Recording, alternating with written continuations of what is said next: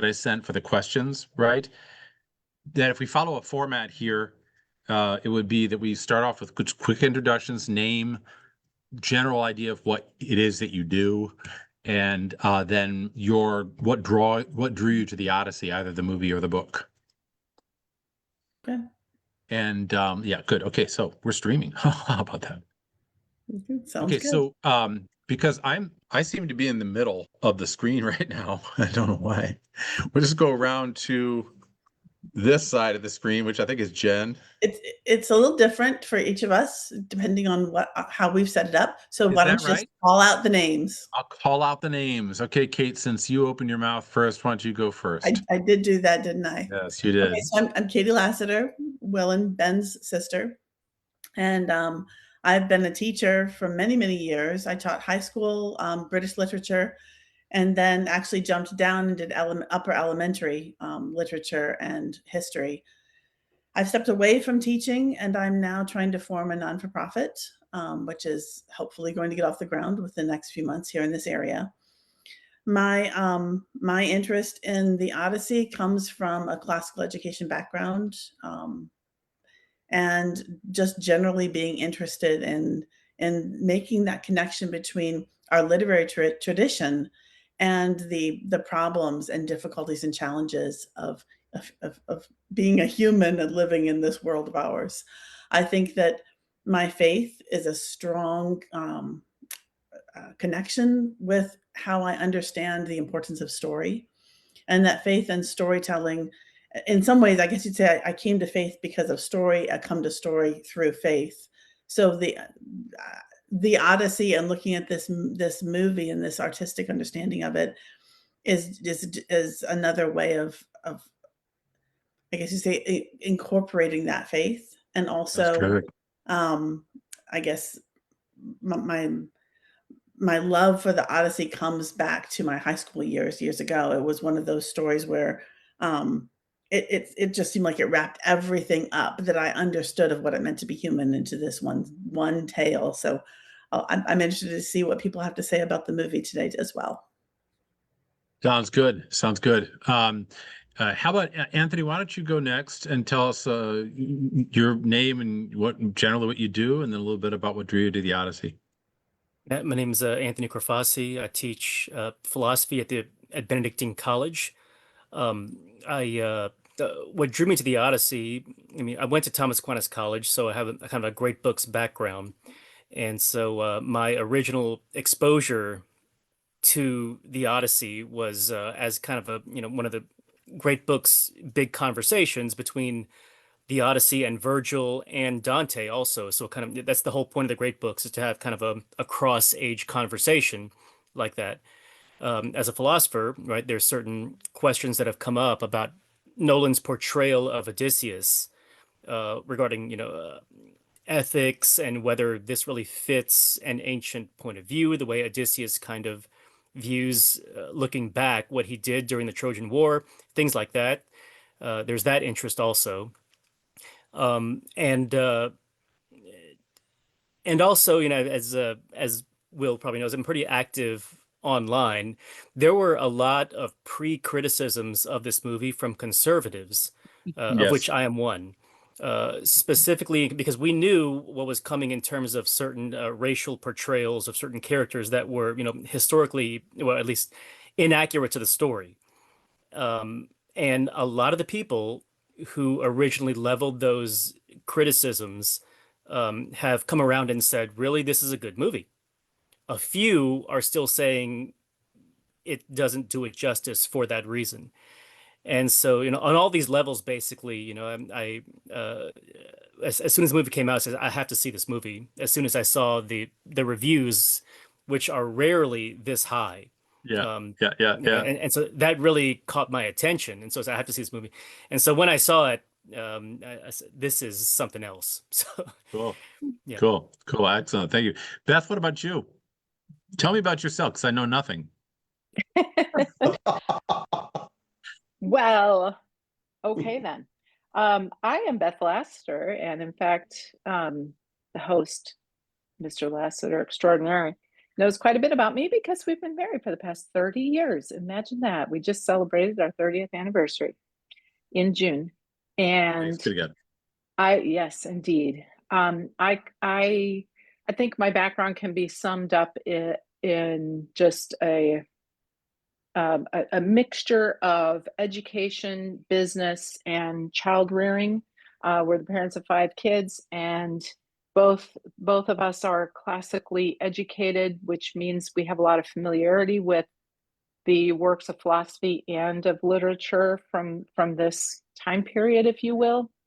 And then, of course, working with our kids through these texts and discussing them. So we talk a lot about literature. We talk a lot about philosophy, theology. We make sure our kids are reared in an environment where they not only do they feel comfortable asking questions, but it's expected that they do so. And so the same thing with movies. We don't just go off to movies and watch them and go back home and, go on with our lives. We actually look at them critically and discuss the ideas and the imagery, especially. I think that's really important for students. And having also been a teacher, not specifically of this work, I've never taught this work, but being a teacher and also in my current professional life as a what is often termed inclusive educator, which just means I have training that is in the special education world, what you would need to help a student that's struggling to access the curriculum.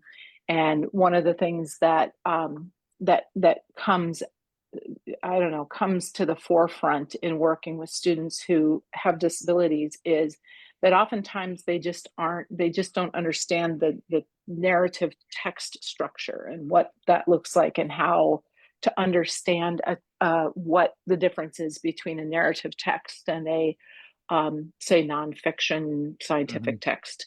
And so helping them understand that structure helps them access the images and understand what they mean and then relate them to their lives. So I think, decided to go see the movie for similar reason to many of you. I heard all the criticisms. I shared many of the same concerns as many of the folks that made those criticisms. I was worried about something that was going to be anachronistic, something that was going to be perhaps politically motivated, all of that. And found myself to be pleasantly surprised. I also will say I am a Christopher Nolan fan. I have seen, I think, pretty much everything that he has made in the film world, and I think he's very gifted. So I came into this movie also thinking maybe he's lost his touch, and coming away thinking, no, he has not. I don't think he has lost his touch at all. So that's what drew me to this particular discussion. Thank you. And yeah. Thank you. How about you, Jen? Well, I am your former student, so that's how I know you. Yes. Yeah. And I do have a classical education background, coming from a classical high school, but also going to Hillsdale College.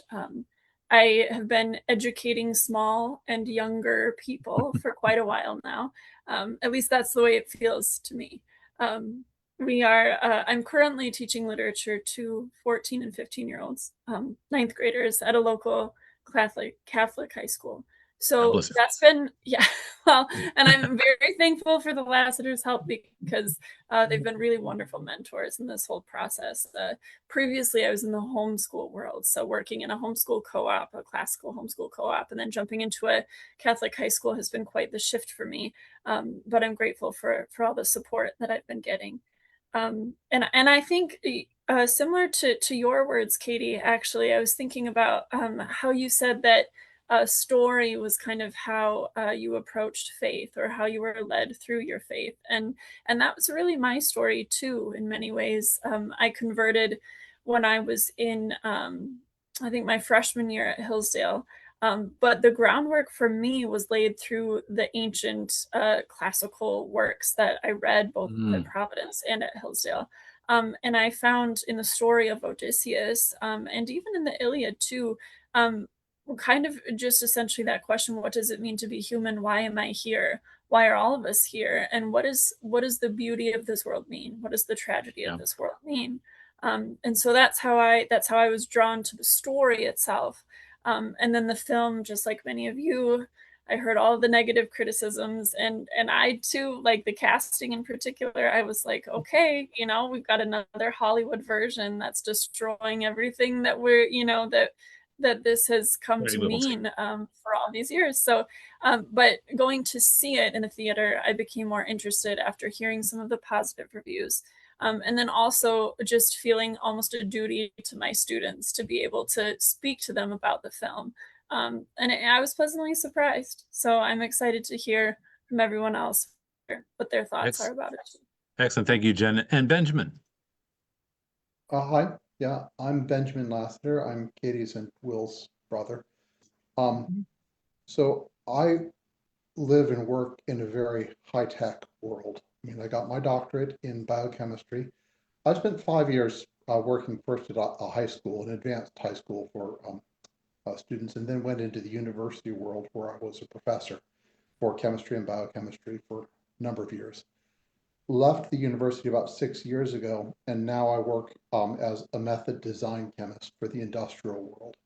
And I mean, one of the features about my world is that the data has to support the truth.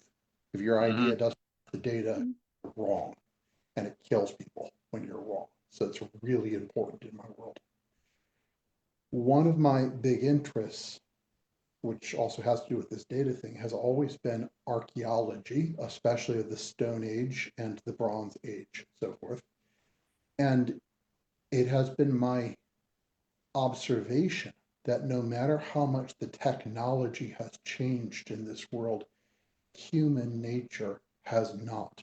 The stories that are told in one setting are the same as the stories retold in another setting, and they are true stories as long as they are true to human nature, which again, I have never seen it change at all. And all the immense technological progress that we make will never alter that, is what my conclusion has been. And that's something of a religious view for me now. And that drew you to that story, the Odyssey, but also drew you to want to see the film, yes? Well, the story of the Odyssey as a book, I mean, I first was introduced to it as a teenager, and something about the actual character of Odysseus himself. As a teenager, I admired his craftiness, his cunningness. As I grew older, I sort of began to, for a while, dislike him, thinking that man is a liar, what I thought for a while. But in more recent years, I've come sort of to the observation that sometimes you really don't get a choice. I've come to a new kind of love of it.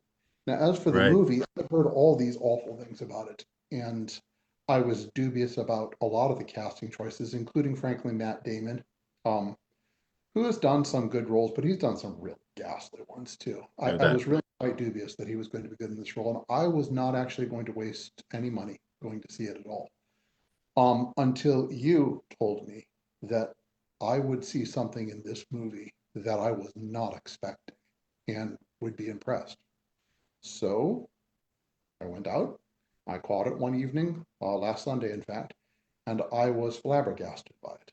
I really was. I thought it was an astoundingly good and, frankly, true story. I don't know if you want me to get into this right now, but I did feel that what I was looking at was not precisely Homer's Odyssey, but it wasn't supposed to be. Yeah, let's get into that in just a sec. Yeah, let's get into that in just a sec. I want to cover a few bases first.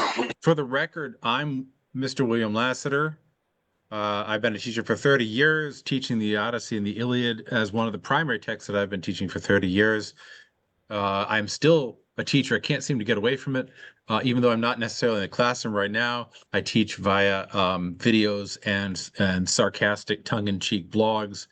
And I find myself teaching young people still, my own kids as well as kids, via video and adults as well, to coach them through the world, to navigate through the world of education and classical literature. What drew me to the Odyssey, I got it same as you, Benjamin, Katie, Anthony, probably, and Jen. I got it high school, and at the time I was like, "That's a cool story," but I didn't really know all the nuances. And then as I got into teaching, I had to teach it, and so I had to learn more about it, and learn more about it, and teach it, and learn more about it.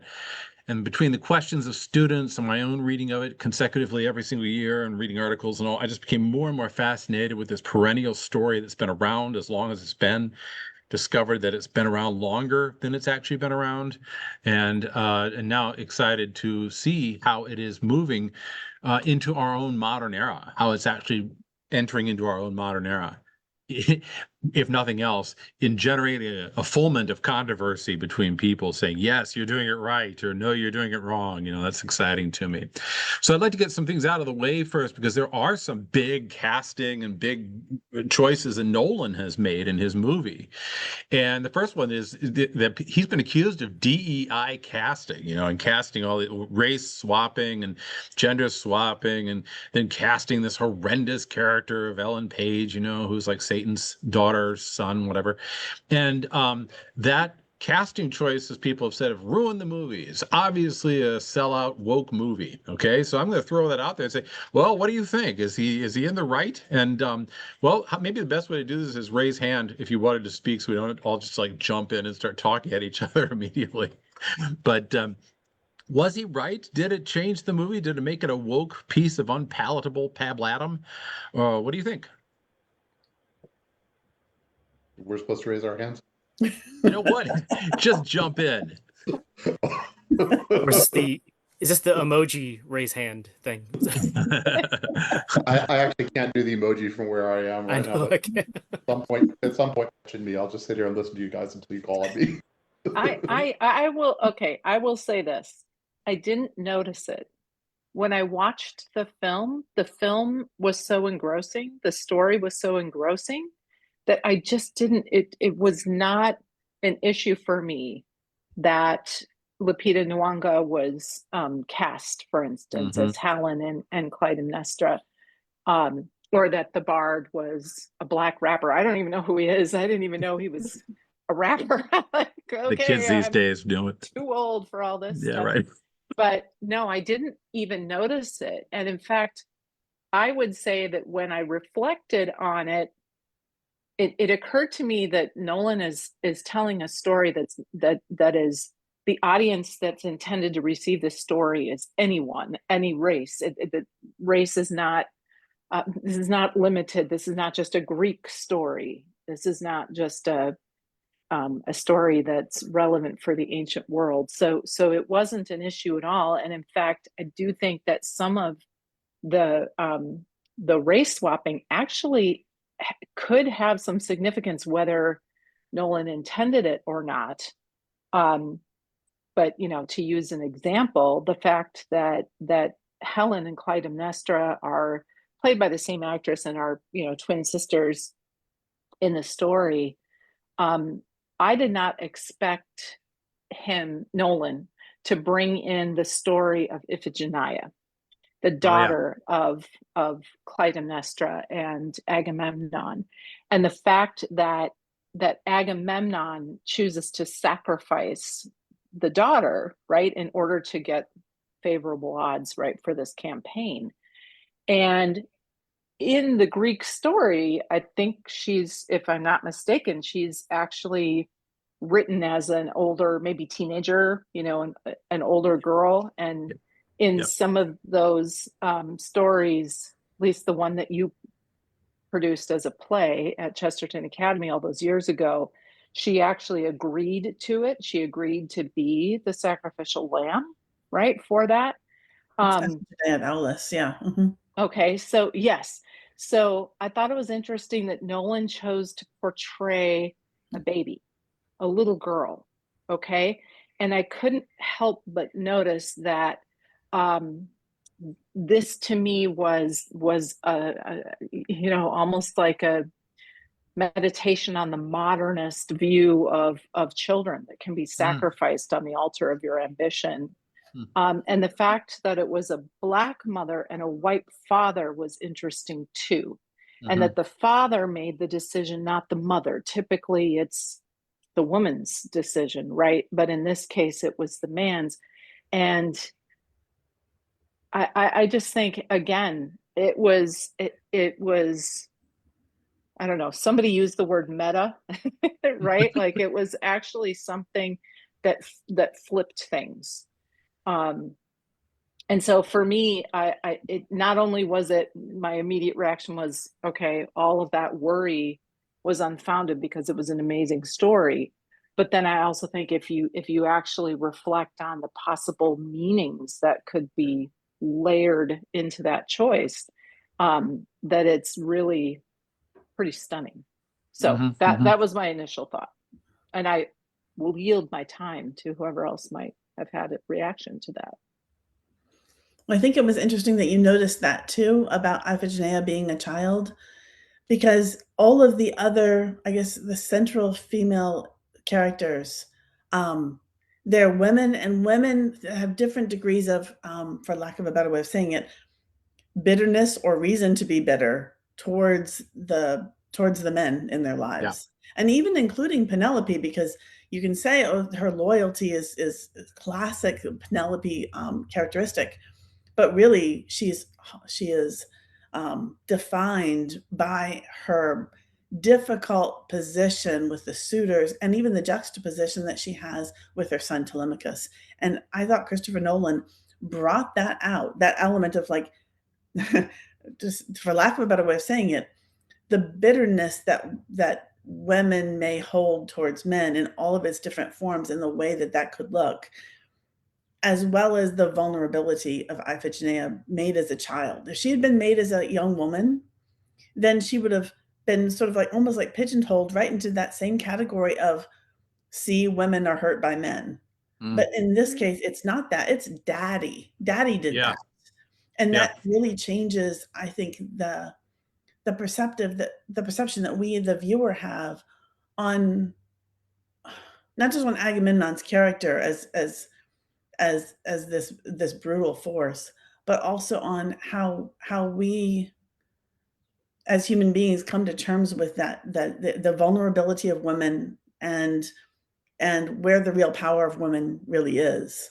That's a really interesting point. I think that we talked about how the whole scene of the sacrifice of Iphigenia is it's emblematic of the abortion problem in America. You know, Nolan doesn't actually have that directly mentioned. I think if he did, he would automatically set himself against a whole camp of people. But I think by the showing of a young girl, a child being sacrificed, he hints at her, he embodies that, and especially embodies it. I thought it's interesting that the majority of children that are aborted in America are actually young Black girls. That's the largest percentage of people being aborted. So it really hits very close to the marrow when he creates that as the character. You brought up something though, Katie, which I think is interesting, and I'm going to pass the ball off to Jen here, because you mentioned the Penelope character as being another character who has been tested, scarred, tried during the course of these 18, 19 years. And Nolan plays her as almost somebody who's almost on the edge of going full, feminazi type, almost. Jen, you had some specific ideas about her. Did you want to talk about that?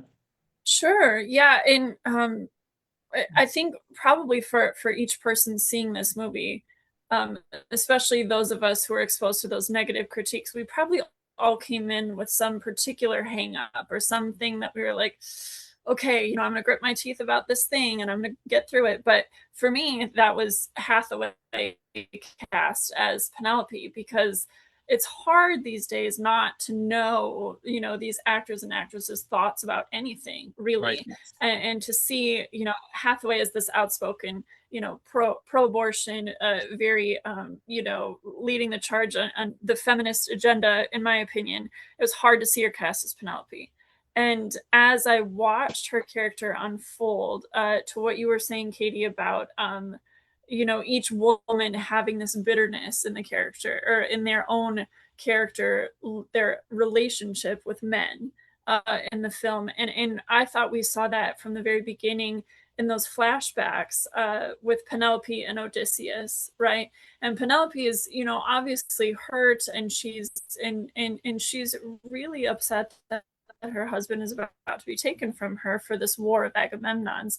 But even in those moments, in Hathaway's portrayal, it's not Homer's Penelope at all. You know, she does have this loyalty to Odysseus, but could you imagine Homer's Penelope slapping Odysseus for saying, for giving her, you know, of course, Odysseus probably wouldn't have given her permission to go marry someone else anyway. But the point is, Hathaway's portrayal was very much the modern woman in my estimation. And I think that this is a problem that is deeply, you know, deeply enmeshed even in Christian and Catholic homes. There's tension between this modern feminist version of woman and a man trying to lead his family to one degree or another. And I think that he was, whether he was intentional or not in casting Hathaway in that role, as her character, you know, progressed and changed throughout the film, it wasn't even necessarily like she had, at least from my memory, I've only seen it once, but I don't remember her having a conversion moment at the end.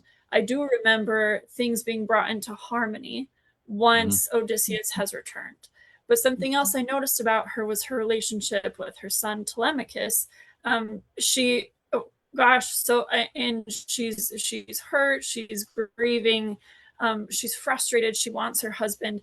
But the way that she, excuse me, kind of almost attacked her son, you know, with these just really scarring words, you know, essentially calling him not a man. You're not a man. You couldn't do this because you're not a man. And seeing, you know, those wounds that Telemachus received at the words of his mother, I thought that was really astounding. And the other scene with her that stood out to me was that moment when Antinous is wooing her or trying to woo her. And she's obviously very tempted by that. And she's about to give into it, it looks like, until he mentions this idea of having a child with him, right? And we could say, yes, she's worried for her own son, Telemachus. But I wonder if it's perhaps more of, I don't want to have life with you. I don't want to bear life. I want this to be about me being a queen, having fun, being loved, being adored. And I don't want to bring in life into the world. So what I thought was neat about all of it was how Odysseus's return almost erases all the wounds and all the hurt that his absence had caused, specifically with Telemachus. I saw that in his reunion with his son. Yeah, I think there's a lot to be said about the various interpretations that Nolan does, and certainly one could talk about how the various female characters in the movie represent different types that have been wounded over time. I think the big one would be Circe. You know, Circe ends up being this character that kind of represents every feminist that ever yelped on the street, you know. Katie? You can't ignore, though, that the feminist that we really are sort of talking around still is Ellen Elliott Page. I'm getting there. As a wounded woman. Yeah. And we have to acknowledge that the trans community, I hate even using that phrase, is basically a wounded children. Yes. And I don't think that you can look at Elliott Page, without saying the hurt, the harm that is there, harm that is fostered and continued through the voices that are supposedly supporting them are, I mean, she and Circe both, right? They represent something of, I'm including Circe as angry woman who's been hurt by men, but she really actually refers to her sister having done it or having been in that position. But they're both taking these very extreme points of view. Now, obviously, Sidon is, we're to see him as male and as young boy and as vulnerable in that role of loyal young man. But isn't that what I guess you'd say the hurt behind the trans community could be seen as being too? That it is a misplaced trust and a vulnerability that has been so wounded that now you can no longer see yourself as for what you are. And that's a malady that's not limited to that community. I mean, that malady seems to be a malady that Nolan's touching on throughout the whole movie that has infected anyone who's been involved in this culture war on the left or on the right. That Benjamin, you were bringing up the idea of the trench warfare thing. I think that maybe you could speak to that in a minute.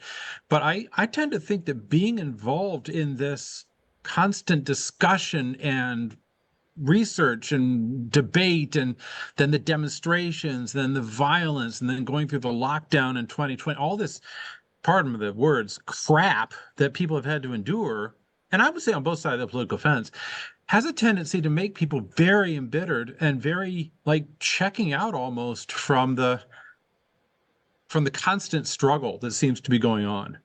And Benjamin, you had brought up that trench warfare thing. I thought that was pretty good. It's just one of the things I've seen, that when people have been fighting for so long, they stop seeing that anything that even reminds them of the other side could even be human.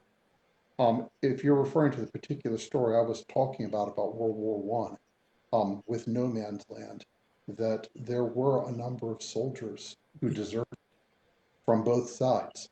And I won't say it formed precisely a community in the middle of No Man's Land, because that's not what happened. They went completely savage, cannibalist in this area. And in a way, they lost their humanity. And I would say that the danger of losing your own humanity because you don't see other people's humanity is a real danger when the war has been going on and on and on. Yeah, it's both sides too. Kate, you were bringing up Elliot Page, and this is another area where it interests me, not only because of human nature, but because professionally what I do. I mean, I work with drugs, many of which I assure you are extremely gender specific. There was a drug that we were working with that is, you have to put up a warning sign anytime you're doing it, because it will cause birth defects. But I assure you that any man could go in there and wash his hands with the stuff, and it's not going to do a single bit of harm to a man. But a woman, yeah, I'm sorry, it's going to affect you for that. You can't, at the physical level, support the lie. And it does not just mean, oh, what kind of, do you have testicles or not? That's not what we're talking about. The difference between men and women is actually in every single cell of your body. There's 5,000 different switches in every single one of your cell that will be different if you're a man than if you're a woman. So you get Elliot Page playing this character of Sinon, and Odysseus betrayed Sinon, lied to Sinon, and Sinon believed the lie and died because of it. And he gives that heart-wrenching cry in Hades, why did you lie to me? Mm-hmm. And when I saw that, what I saw was that was not Elliot Page playing Sinon. That was Ellen Page playing Elliot Page. Saying, why did you lie to me? Yeah. Because the reality will have no mercy on you. Yeah, exactly. And one of the things I find with that movie, as in many of his movies, is that he has layers within the movie, but then he also has these elements that almost leap out of the screen into the real life, and you're witnessing not just the spectacle of the movie, but you're witnessing something about the actual people in the spectacle themselves. That's what the meta thing you referred to, Beth, earlier. So, Anthony, you've been a little quiet here. Do you have something that struck you in the movie that was like powerful? Was there a moment in the movie where you're like, yeah, this is a good one, you know? What? No, there was not. What struck me about the movie, what struck me about the movie oddly, was how little I noticed all the things that all of you have talked about, which are important, and I know they're important intellectually, but maybe that's just how good Nolan is. I came into the movie, I read all about Elliot Page, and that he was going to pay Achilles. That didn't happen, I know, but still, I didn't have height, and I was shocked at how little I noticed that during the movie. Same thing with what Jen mentioned about Penelope. When she starts talking to Telemachus, about how you don't have the experience to rule. Who does? Well, I do. I've been sitting on the throne for how long, right? Mm-hmm. And then what does she say right after that? She says, "But all I really," because then Telemachus says, "Well, is that what you want?" And she immediately just shouts with spite almost, "No, all I want is Odysseus back." Oh Right yeah, after yeah. she says that, right? I can imagine every ideological feminist watching this movie and they're saying, "Oh, this is going great," and then their hearts just sink as right when she says that, right? I don't know. I mean, I was just shocked by the way. I mean, and also the DEI. I was shocked by. I mean, it's very clear that it was deliberate, of course. Oh yeah. For example, Helen of Troy, things like that. I was just shocked by how little it mattered to me, given that how much it mattered to me going in. Maybe that's a credit to Nolan. Maybe it's a credit to the story itself, how perennial it is and how malleable it is when it's well portrayed.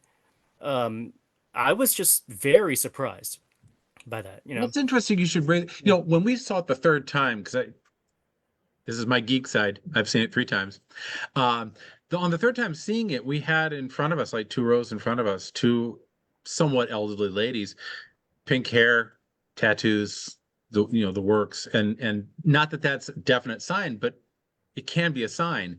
And yet you could tell they were just on fire about how good this movie was. And afterwards they were sitting there talking excitedly and all this. And so it's almost, it's not almost, it is that Nolan has made this creation, which I think is supposed to appeal to both sides, both the left and the right in the fence, because I really do think that this idea that the trench warfare thing can create almost a bestial lack of recognition of humanity in the other person has been sort of a growing problem, especially since 2020. It's been a growing problem where it's very difficult to see the humanity of a person who's hurling epithets at you and who is arguing in an absolutely asinine way. And by the way, Anthony, I've admired what you've done online to this degree, to much of what I've followed, as much as I can follow, because you definitely engage with people who have, shall we say, suspect points of view. Have you noticed that the rhetoric has become more and more heightened in the society and your engagement with people over the last 10 years or so? Oh, there's no doubt. Especially when it comes to this kind of thing, right? Elliot Page and especially things like that. And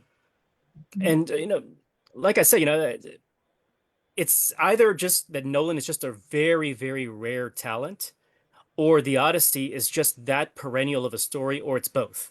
Yeah. Both put together make a rare moment where the normal things that really would matter just don't matter as much. And it just shocked me how much I came out there. Like I said, there wasn't one moment, right? It just shocked me as I came out of the movie, just thinking how little that mattered to me when it came to the quality of the movie. That's very interesting. Yeah, Jen, you had brought up the idea earlier of profound questions of humanity being asked through the epic of the Odyssey. Do you think that Nolan is asking a profound human question in the movie as well? And if so, have you had time to reflect and refine? What is this profound question that maybe he's tackling, or maybe there are more than one? I don't know. What do you think? I think he's tackling many. Off the top of my head, I could say, the question that all good literature asks, which is, what does it mean to be human? There's something wrong here. How did we get this way? And what is the path to make it there? So I saw that throughout the film for sure. Yeah. Especially at the end, as he's, and this was something I was wondering about, and maybe you have thought about it. Sorry, you're breaking up a little, Jen. But so slightly dicey connection there, Jen. We might have to come back to you in a sec. Okay. Hold the thought. Okay. Other ideas, folks, that I want to ask the general idea. What is the general idea he's asking?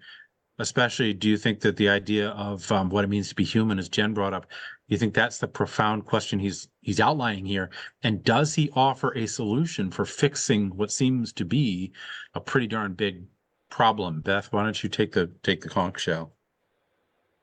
Thank you. I actually did find the hand raising button somehow. So. I thought you were giving us a high five. No. Yeah, right. No, I appreciate it. I actually was thinking about one of the themes because I watched a video today that was a University of Notre Dame professor actually talking about. He wrote his dissertation on the Odyssey, so bringing an expert opinion about whether Nolan's film stacks up to what the Odyssey is all about. And as you might imagine, it was kind of a mixed bag, but mostly negative.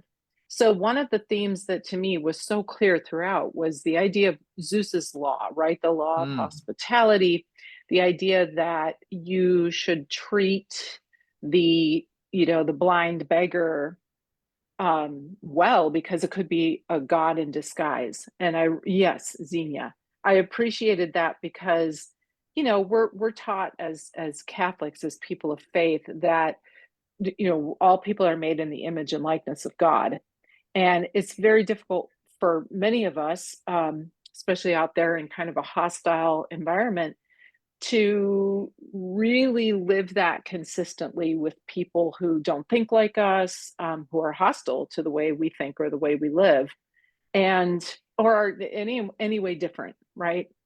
I think this all the time in the context of what I do, because very often, Catholic educators don't want to have kids with disability in the classroom because they're disruptive and I don't know what to do and all of that sort of thing. And so there's constantly this discussion of how do you welcome, every student, and how do you serve them?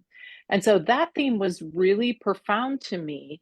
And I thought it was really interesting the way that Nolan wove that theme throughout the film.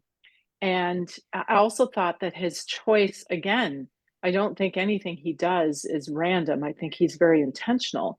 I thought it was very interesting that he chose to portray the Greek soldiers in black armor, and they are kind of the people from the sea coming on boats into Troy, which is soldiers in white armor riding white horses, having a Western culture that's now being invaded by something.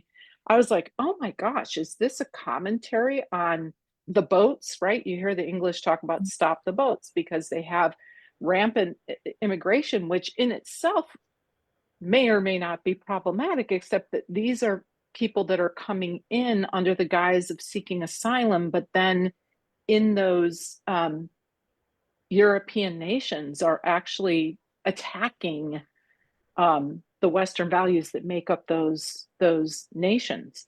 And I thought that was really interesting that he chose to do that way.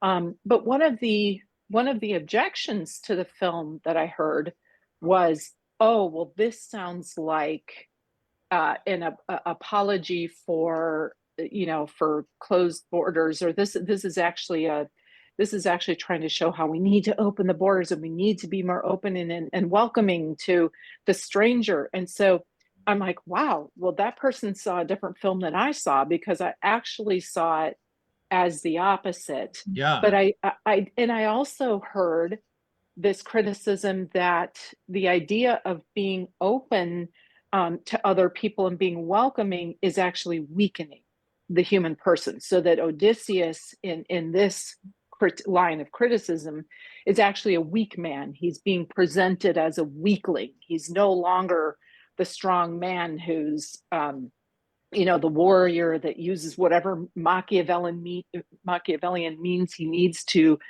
trick his way into getting his way. And I was really kind of struck by that, because that criticism was coming from people of faith, Catholics. So I think there is this very interesting thing that is going on with this film, that it's kind of ripped off a Band-Aid somehow, and it's forcing people to reckon with who we really are and what we're really supposed to be about. Which really is the nature of any good piece of literature, right? Because good literature is not polemics. It's something which puts forth an idea that then people talk about and debate and discuss. And you say rip off the bandage. Yes, it exposes certain things. And, that goes all the way back. I mean, Euripides was Euripides was doing this as far back, as the golden age of Athens, taking Trojan imagery and saying your heroes are not heroic. So there's nothing really new about that in what Nolan is doing necessarily. But he seems to be embodying so many different things at the same time and packing a movie with imagery that then you can talk about later instead of just beating each other over the head with it. Benjamin, you had something. Yeah, I do, because what Beth was saying was something very, very close to something that I'd wanted to bring out too. I did think it was extremely significant that he had the Trojans dressed in white and the Greeks in black as the sea people. Also, the armor that was worn and so forth that they said was so anachronistic. Like, for example, Agamemnon's faceless armor with the skull thing on the back. I thought this is exceptionally significant. We identify with the Greeks in the epic of the Odyssey. We see ourselves that way. But he has portrayed it as though the Greeks are the ones becoming this monstrous, faceless people. And the reason I find this particularly important is that we like to lie to ourselves and say, oh, we would never do something that awful. We wouldn't do anything like that. No, not us. Our ancestors never did this. Past tense. The last woman burned as a witch was burned when our grandfather had just been born. That was not that long ago. Nope. Are you sure we would never do that? I'll go a step further. The danger of us being the sea people because we accept brutality, because we accept treachery, because we accept kicking the ugly, the old, the useless, the children off to the side because it interferes with our ambition. We are always in immense danger of the monsters. Everyone. Yeah. What did you all think of in the movie? Odysseus is his real problem, the thing that is his greatest struggle, other than the fact that he's trying to get home, is that he has this he regrets all of these things that are part of his past. And I think it really in the epic, that's really not questioned. Why did he come up with the idea to create the Trojan horse to finally end this battle? But in this movie, it's the central question. Why did he make these compromises? What was it about his decision that has so impacted his life? And why? And I'm not sure I have the answer to this, but you notice that he never prays to the other gods. He doesn't pray to Zeus. He doesn't invoke them. And there's that message of like, why don't you do this? Why don't you make peace with Poseidon? And he almost doesn't until he stops trying to control the narrative. He stops trying to change his own circumstances. I'm not sure what I think about that yet. I'm gonna have to give that some more thought. I'd love to know what your impression was of the almost, what did we call it? Like a baptismal scene in which he's on on his little raft. It's not even a boat. And the water is just coming around and over his head. And then he is essentially transformed. He is brought back to life on the shores of Ithaca. What did you all think of that? Anthony, you want to go first on that? Yeah, I have to say, of all the things in the movie that I did notice that Nolan changed, it was that, right? Because I knew the original story, and Odysseus does not regret at all, in the Odyssey, his tactics, right? But much of the criticism that I've been reading from people who clearly are not that familiar with classical literature is that this is a Christianization of Odysseus. And that's not completely wrong, because Dante puts him in hell for this reason, and Sinon too. But this is a Roman, the Romans trace their lineage to Aeneas and to Troy. Virgil, criticizes Odysseus, portrays Odysseus for precisely this reason. William mentioned Euripides. I mean, this is not a particularly Christian take on Odysseus, and I am certain that Nolan did his research.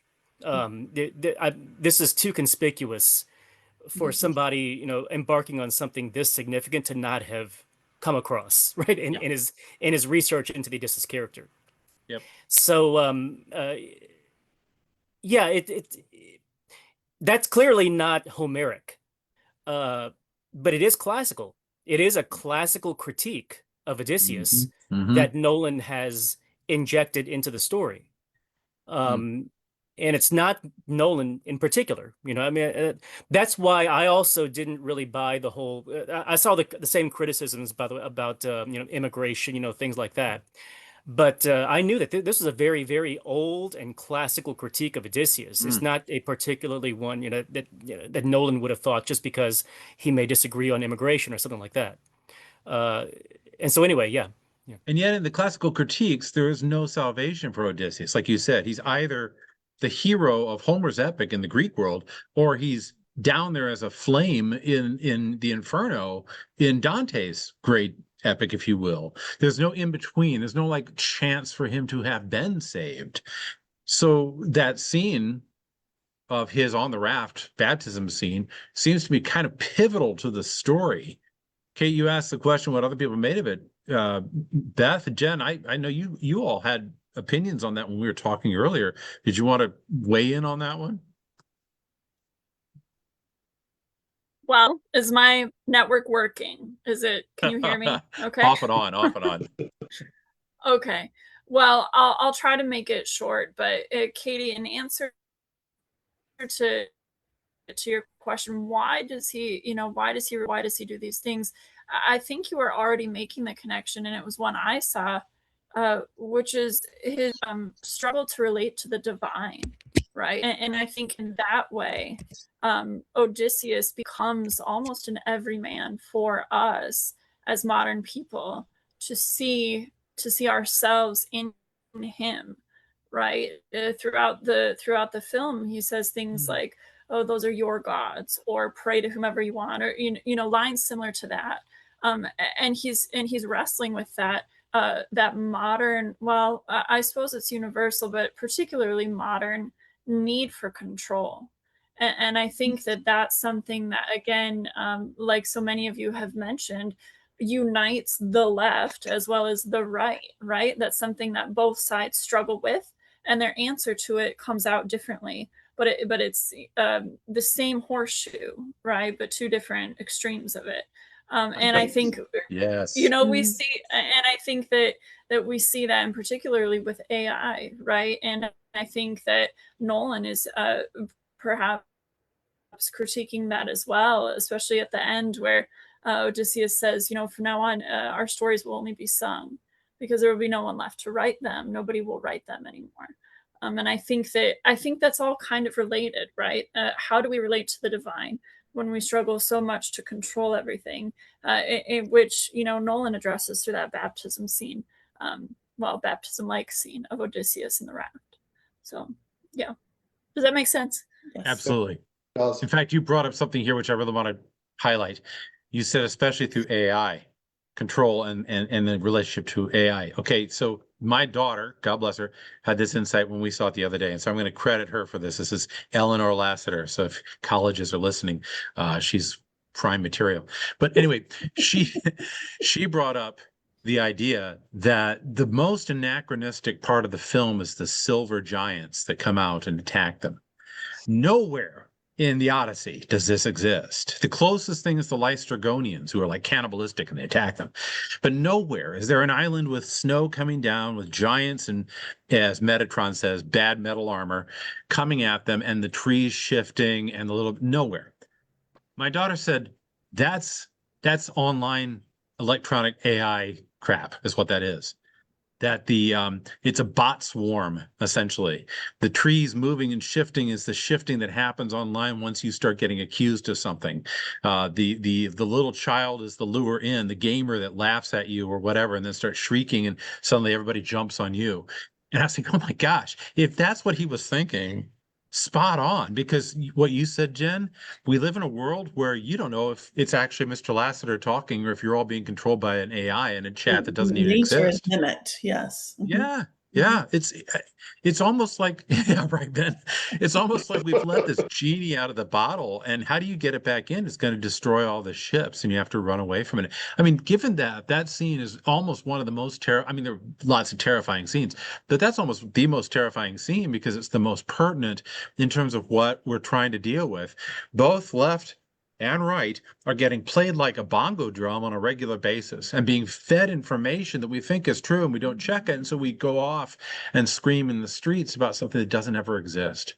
That's kind of terrifying to me personally. But you did bring up, somebody brought up the idea of the strong man too, which I think is a very important question. What does it mean to be the strong man? You know, the Alan Tate type, or whatever, the Andrew Tate type. Andrew Tate, not probably not Alan a good Tate. one to put right now, but that's okay. Yeah, Alan Tate was nothing like that. He was actually rather No, good. he's much more Andrew poetic. Sorry, Alan Tate, wherever you are. Andrew Tate, you know, the whole Nietzschean idea of triumphing over your enemies and driving them before you and hearing the lamentations of their women, you know, that is something which appeals to left and right. Because both on the left and the right, we're told if we just seize the reins of power, the means of production, the government, if we just rig the election, everything will go swell and we can beat our enemies.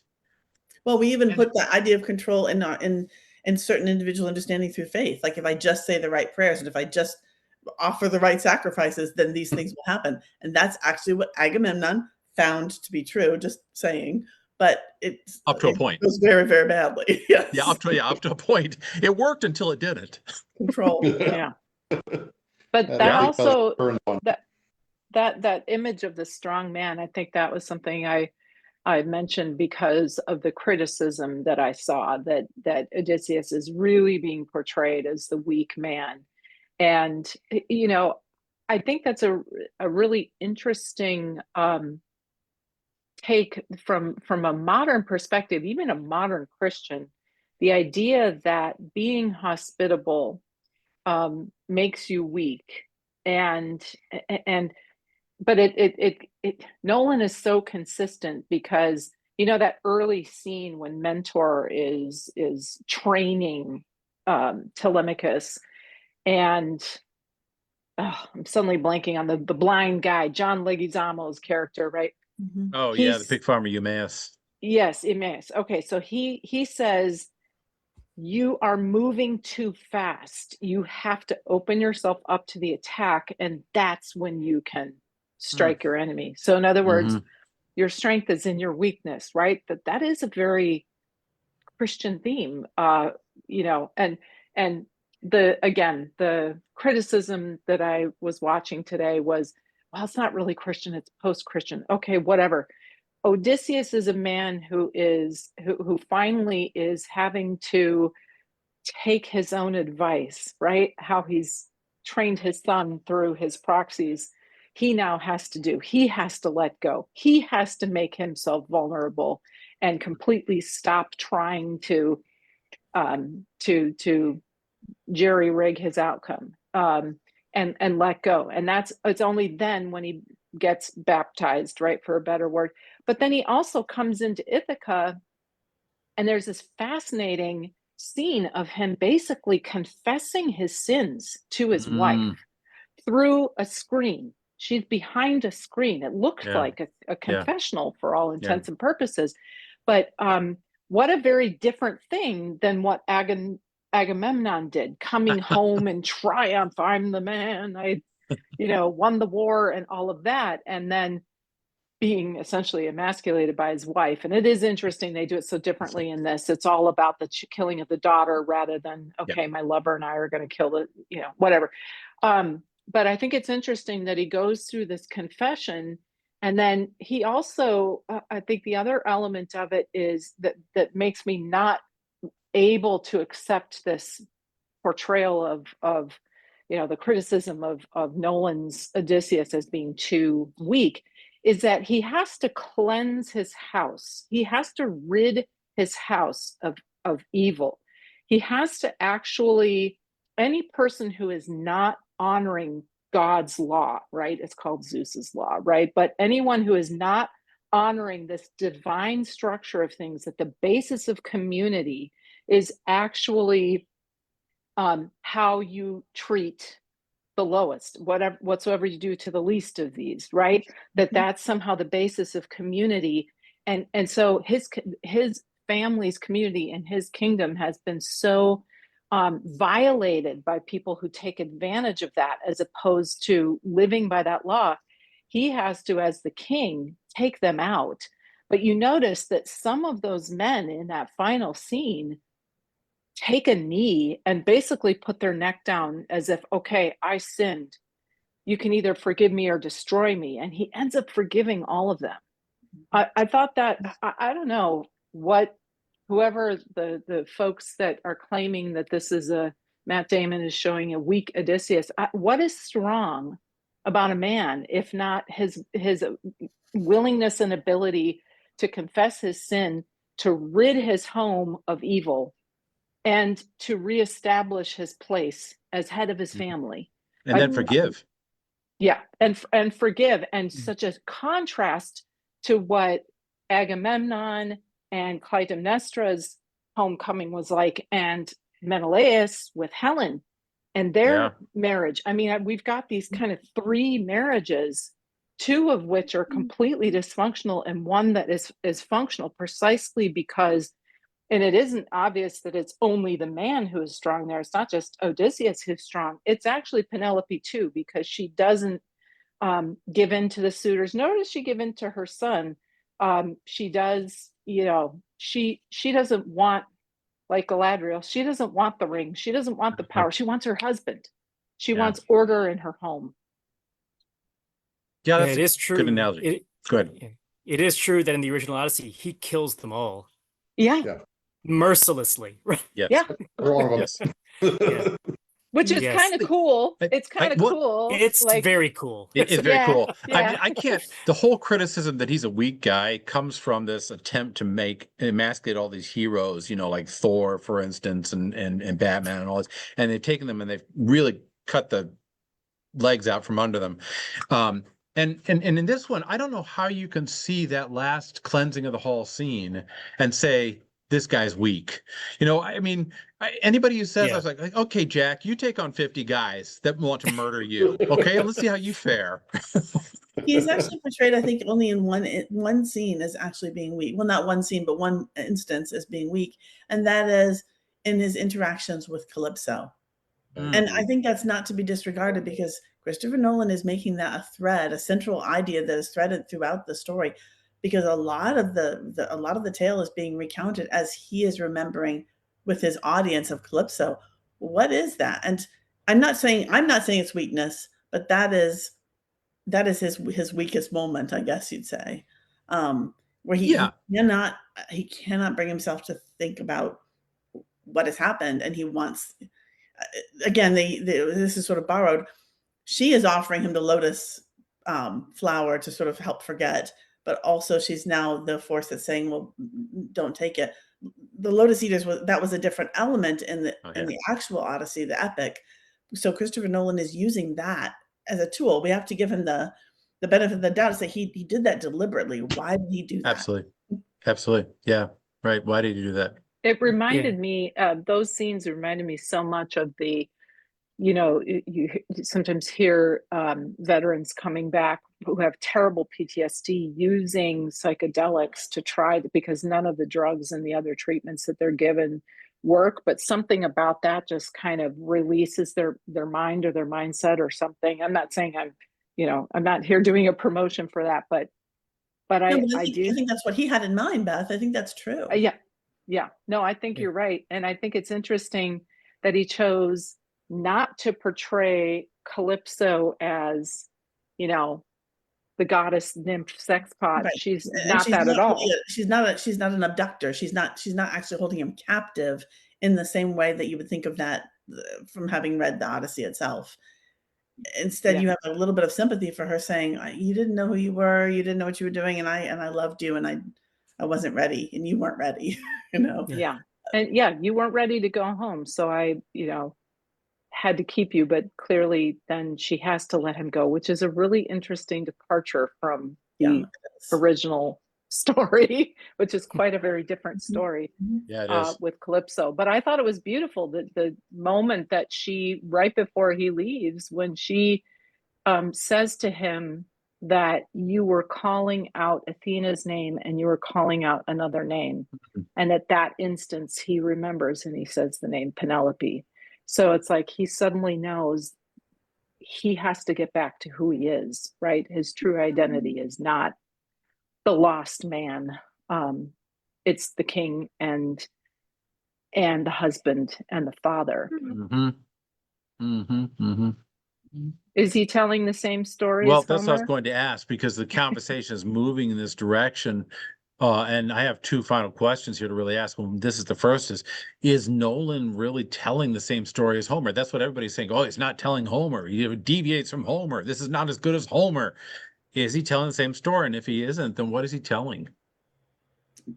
Well, first off, I don't think that you have an obligation to tell the same story. If so, all of these modern renditions of, say, Shakespeare's tragedies, like the Macbeth that came out with Michael Fassbender that I'm fond of, it's not the same Macbeth. It's not the same story. This happens hundreds of times, and there is a purpose or a point to that, and we have to give credit to the vision that might change that story in some ways, even while keeping central elements. So I think he's telling a different story myself. And I think that what that story is probably another hour's conversation. What do you think, Ben? What do you think, Benjamin? Do you think he's telling the same story? No, I completely agree with Katie about this. Likewise about the adaptations of other stories as well. He is using the clothing of Homer's Odyssey to tell a story that I think is rather more significant to us right now than the actual Odyssey itself is. Because we are right now in a world where we seem to take it for granted that we could throw away the connections between one human and another and think that it won't do us any harm at all. But that's a real dangerous game to play. It actually goes back to your question about what is a strong man? Is the strong man the man who always slaughters all of his enemies because as soon as we kill them all, everything will be right? Yeah, is that thank you, a Adolf. real dangerous viewpoint to take? Yeah. You can be a wounded man. I mean, seriously, if you've actually lived a real life, you're going to be wounded. Absolutely. But that does not make you weak. Mm. So, in the course of this, are you going to take your wounds and just start lashing out at the world and decide you want to destroy everyone or turn them into pigs if you're going to be like the Circe character because you hate, because you are hurt, so you're going to take it out? Or are you going to find a way to set things right so that there is a real peace afterwards? Sometimes at a terrible cost. You know, I'm actually reminded of something much more modern in history. It has to do with General Sherman, William Tecumseh Sherman, who is the hated man of the South because he burned the way from Atlanta to the sea. During the wall. Oh, yeah. I mean, God, what a villain. But I actually read what he himself said, is that he realized after the Battle of Shiloh, the war had to be ended. And if someone had to do it brutally, it had to be done because otherwise 1 million young men were going to die. But the danger is that when you choose the path, maybe you will become monstrous as well. And so that's what I'm Odysseus' seeing in this problem, story. then. What was that, Kate? I just said that is what Odysseus is struggling with too. So I really like that connection. Yeah. What do you think, It Jen? ties it back to Oppenheimer as well. Yes, There's Oppenheimer. a clear good, connection. Yeah, good connection. Yep. What do you think, Jen? Is he telling the same story? I think that there are so many similar questions and elements that I think he ends up expressing many of the same ideas that Homer was expressing, but he does it through a different take on the characters. Does that make sense? Yes, it does. I don't know if that answers your question well enough. So I guess to explain what I'm talking about, we've been talking about that last scene where he's cleansing the hall of his suitors. And many say, well, he killed all the suitors in Homer's version, whereas Nolan's version, he leaves some. And I think that it might be worthwhile to consider that in Homer's version, he actually spares two of the men in the hall. And they're not suitors, but they are in the suitors' company. And Telemachus actually kind of goes to Odysseus and he pleads for mercy for them. He says, these men were not like the others, right? Because in Homer's version, not only does Odysseus kill all the suitors, but he kills anyone who is even not directly involved with the suitors, but just there, right? Yep.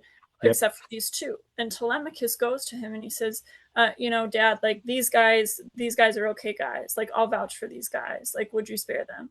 And Odysseus in that moment listens to his son and he says, okay, essentially, right? He says, I'm not going to kill them. And I think part of that moment that stood out to me in studying the text, or at least discussing it with my students this last go round, I saw a lot of pre or proto-Christian imagery in that moment, right? We see the return of the Father and we see the Son advocating for these two out of who knows how many men are in this hall, right? Hundreds of these men. And we see that, yes, there's this terrible cleansing that goes on that we ought to look upon, maybe with horror and with fear, but we also see a glimpse of mercy and pity. And that comes through the Son being the advocate for these men. And I think that perhaps that could be something that Nolan might be approaching in this story as this Odysseus who is struggling to be a strong man in this changed and new world. That's, I think, his version of speaking to many of the men in this world today, right? How do you be a strong man? How do you cleanse your home, right, of this presence, but also show mercy, right, in these moments? And how do you hold these two extremes in the balance of being one human being? Yeah. Anthony, what do you think? Is he telling the same story? Yes and no. I mean, in some ways, it's almost blended. I mean, it's really that's a tribute to him, how good he is. I mean, on the one hand, clearly, one of the biggest takeaways from the movie is that Odysseus regrets what he did, which is completely un-Homeric. On the other hand, the idea that he has something to regret is classical. Like I said before, it's in Virgil, it's in Dante. But as you pointed out, there is no salvation in Dante, for you. And so that is the contribution of this movie, it seems like. And it gives him salvation. It goes beyond even those two classical approaches and says, okay, he regrets, but he also, he's able to mend things, so to speak. Yes, and then sail off into the West, which is also a deviation from Homer. But in the movie, it works perfectly. That I noticed on the third time that sailing off into the West is at the beginning and at the end, because Penelope suggests it, and then they visualize it, and you see them sailing off, and then they do it at the end. So, that classic concept of chiasmus exists here with the balancing between the beginning and the end of the story. But I also noticed that the scene is done where you have a horizon and you have the setting sun, and then you have two mountains on either side as the arrow of the ship goes through those two mountains, much like the axe heads, which, not to bang on my drum some more, is also the image of the solar boat of Ra, the Sekhmet boat going down into the Duat in order to take Ra down as Osiris so that he can be raised again. And he goes down into the underworld and fights the many-headed beast Apophis, which you could say is many voices, which in Greek is Polyphemus. So he goes down into the underworld and he comes back up again and resurrects at the end of the day in the Egyptian story. So it leads me to think, okay, this story is almost like a perennial story. Is Nolan retelling that perennial story? In my opinion, I think absolutely. I think he has retold it, as you said, Jen, for a younger group of people who might be struggling with how do you cleanse your whole and still maintain your humanity. Definitely. definitely. Yeah. Well, let me ask this. Are there any final thoughts or things you want to bring up here at the end? I mean, it's been a very good discussion overall, but is there anything else you wanted to bring up at the last here? I have one last question. Would you see it again? Oh, yeah. Yes. You would? Yeah. Okay. And there is something I want to bring up just as I'm a literature rube. I mean, I have a great books background and everything, but I'm not a literature expert or anything. and I have to say, the first time I read the Odyssey, and also every time afterwards I read the Odyssey, the exact same barrier happens for me, and I suspect I'm not alone, which is, what is the deal with the suitors? Why are there all these people, and why don't you just kick them out? And I know the Odyssey says, okay, they're outnumbered and all that, but still it just seems contrived and implausible from the start. You just have to accept it. And I have to say, Nolan does a good job of making it plausible. Yeah. Not just with the references to Zeus's law. Like, he just hammered the entire movie. Zeus's law is just hammered over and over again. Yep. So so that the audience kind of gets what a big deal it is. And then also kind of portraying just how many of them there are compared to Telemachus, things like that. So he makes, in some ways, that part is an improvement over the Odyssey, because every time I read the Odyssey, like I said, just as a rube myself, this is just not real. I mean, just kick them out. What is the big, anyway. Yeah. Well, Anthony, if you're going to talk about implausible, using a large wooden horse to get inside a city is usually a really stupid military tactic. Yeah, that's a stupid idea. Wasn't that like a great, the way they did that was amazing. It was so intense. Yeah. Yes. Including the portrayal of the reality, including the portrayal of the realities inside the horse. Inside. Yes. Horrible. Gosh. It's like being in a tank, only worse. Yeah. I was startled by, it might be like looking for camels in the clouds, but I was startled by the readings for yesterday, and I won't read all of them, but Jeremiah 2 talks about how he's chastising the people, because when I brought you into the garden land to eat its goodly fruits, you entered and defiled my land. You made my heritage loathsome. The priests asked not, where is the Lord? Those who dealt with the law knew me not. The shepherds rebelled against me, and the prophets prophesied by Baal and went after useless idols.